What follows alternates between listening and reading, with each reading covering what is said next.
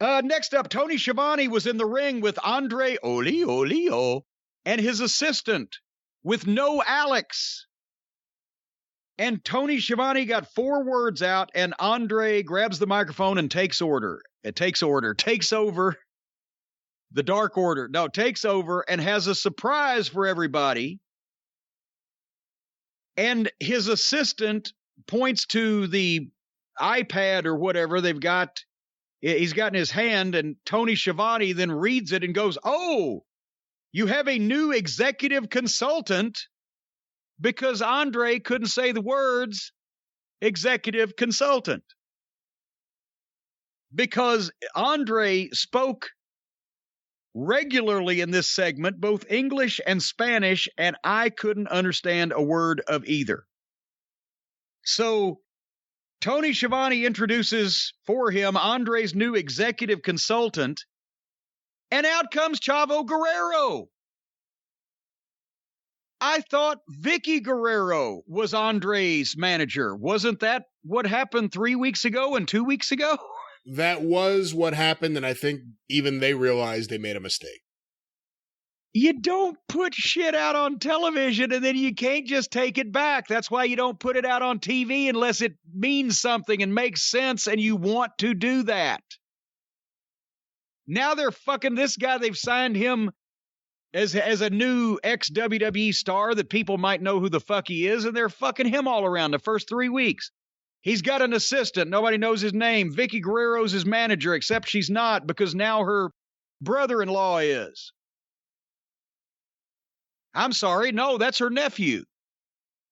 Her nephew, yeah, because he's Chavo's son. He's Chavo Sr.'s son, so he would be Eddie's nephew as well. So anyway, but at least Chavo Guerrero can speak. However, what the fuck?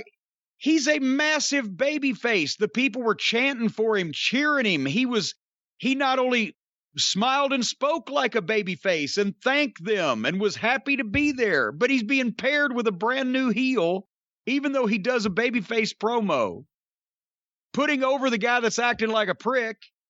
Then they play music, and here comes the Death Triangle, who, of course, apparently are baby faces with a name like the Death Triangle. You got Pac, you got Felix, you got Penthouse. Alex is with them. And the people cheer them because they're just going to cheer everybody because none of this makes any sense, and they don't care because they don't believe anything anyway.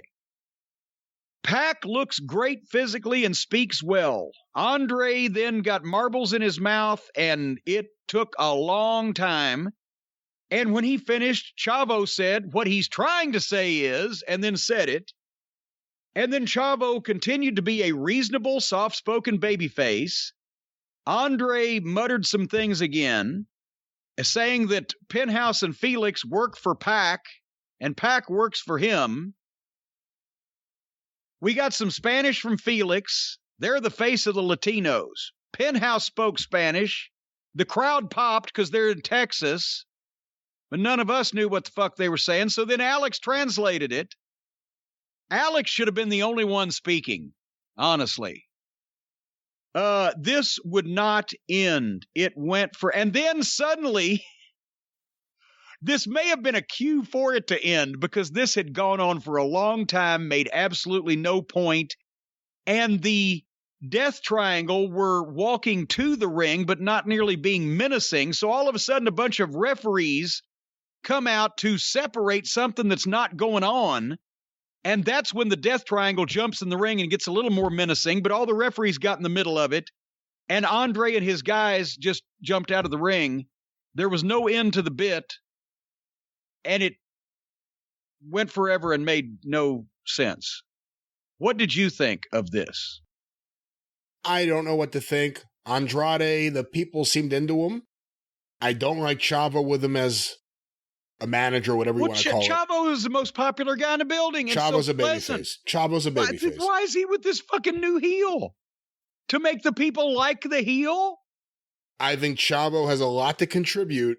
I don't know about him being a heel spokesman. I like Pac on the mic. I like him a lot. I like Pac a lot. For a guy that's not the biggest guy, he has intensity. I like his promos. He sounds different. Really good. I don't know what Felix. Now you got me doing it. Phoenix and fucking Penta. Now you got me doing. I was supposed to call him Penthouse. Felix. I don't know what they were saying, but Alex was good. I kind of want him not to go too overboard, but he's like, Penta says, and it was done to get the crowd to pop. I didn't like that because I think it's unnecessary, but Alex Abrahantes has been one of the highlights of AEW for the year. And I'm not intrigued enough. I mean, I don't know. I'm not really into this feud. Is this a feud? What is this? Know. I don't know what this is. I don't know. I didn't really like they it. They can't even decide who's on their own teams, much less who they're mad at. Anyway, we had some highlights of the Hardy family fuckers fighting with Dwarf Dong Sucker and Dino Douche and Jungle Boy and Christian Cage. And Cage does a promo for an 8-man next week. Oh joy, oh bliss! Can't wait to see that. Well, at least you can plan out your bathroom break. True. Then the baker with the bunny took on Pockets. Pockets came back out. And I'll have you know that they spent 10 minutes of national television time for a joke that was worn out 2 years ago.